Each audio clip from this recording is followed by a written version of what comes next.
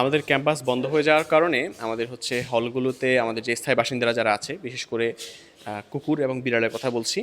তো এই কুকুর বিড়ালগুলো ক্যান্টিন ব্যবস্থা বা চলমান শিক্ষার্থীদের খাবার উপর যেভাবে নির্ভরশীল থাকে, হঠাৎ করে ক্যাম্পাস বন্ধ হয়ে গেলে এই তাদের খাবারের যোগানটা বন্ধ হয়ে যায়।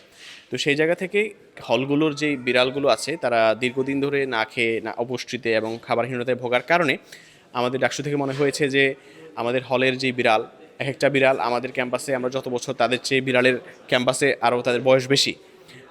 তো সেই জায়গা থেকে এই বিড়ালগুলোর উপরে আমাদের কিছুটা দায় আমরা অনুভব করেছি এবং সেই অনুভবের জায়গা থেকে বিড়ালগুলোকে আমরা খাবার প্রদান করেছি। আমাদের ছাত্রীদের হলগুলোতে ক্যাট ফুড এবং আরও পোষা প্রাণীগুলোর জন্য অন্যান্য ফুড আমরা বিতরণ করেছি। আমাদের ডাকসু থেকে হল সংসদের প্রতিনিধিদের কাছে আমরা হস্তান্তর করেছি এবং আজকে আমরা জহুরুল হক হলে আছি। এই হলে আমরা বিতরণ করতেছি, একটু পর্যায়ে আমরা সলিমুল্লাহ হলে এবং জিয়া হলে।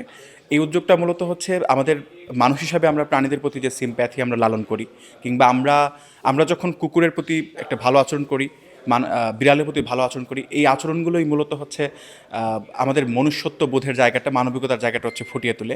আমরা তখনই আসলে মানুষ হয়ে উঠতে পারি যখন আমরা একটা পোষা প্রাণীর প্রতি ভালোবাসা প্রদর্শন করতে পারি। আসলে আয়োজনটা খুবই সুন্দর লাগছে আমার কাছে।